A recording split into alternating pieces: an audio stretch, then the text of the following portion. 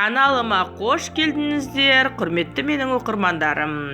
Біз ерекше болсын деп осындай тағам пісірдік. Бұның атауы қалай екенін білмеймін. Асқабақтың ішінде кешкі ас пісірдім. Ал іске сәт қалай дайындалу жолдарын видеода көрсеттім. Өзімнің фантазиямен пісірдім.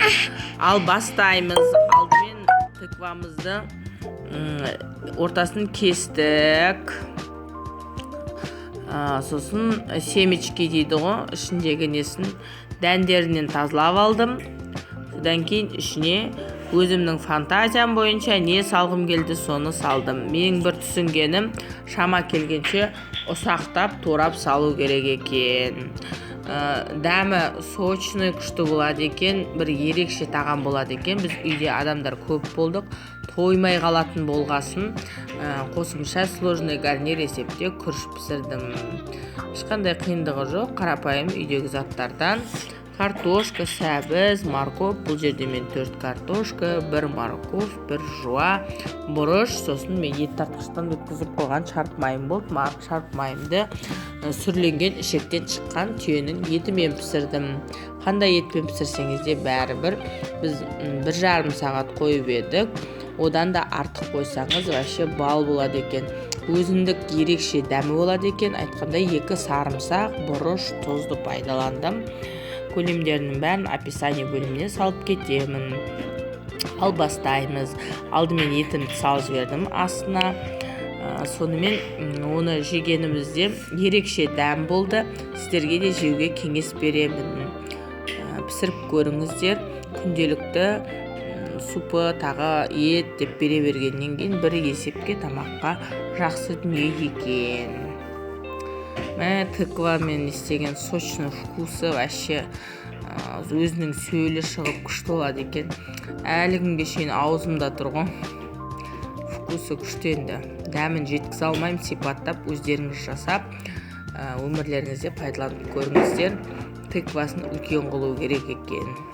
Көп адам болса біз желінбей қалады ғой деп бірінші рет пісіріп тұрғандықтан мен тыкваны кішкентай қылып алдым. Бірақ бір түрге пісіргенге өте дәмді, таптырмайтын керемет тағам екен.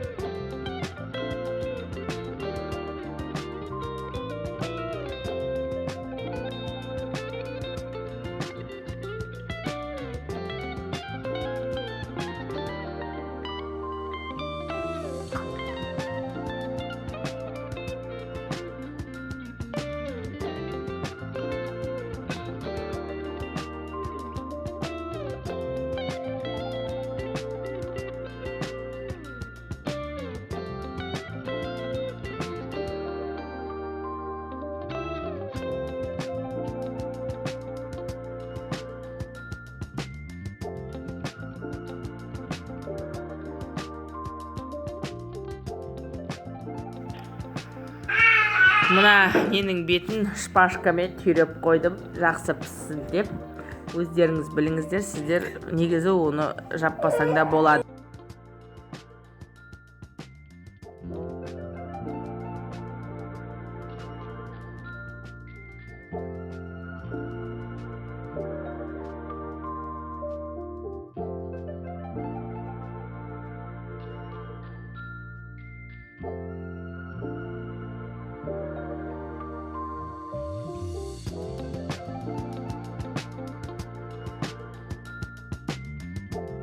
Сложный гарнирдің есебінде күріш пісірдім, бәрін мен малдың майымен пісіремін. Мынау іші майым.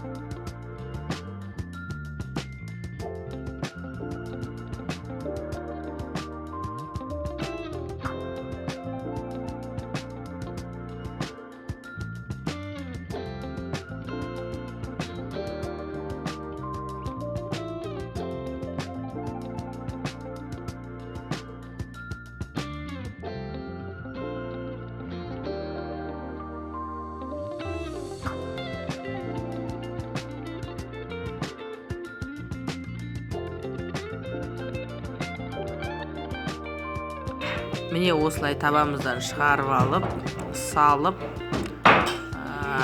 өзім фантазиямен әсемдедім.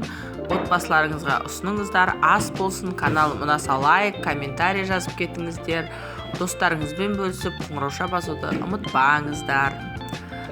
Мені көріп, қолдап жүрген оқырмандарымның барлығына алғысым шексіз.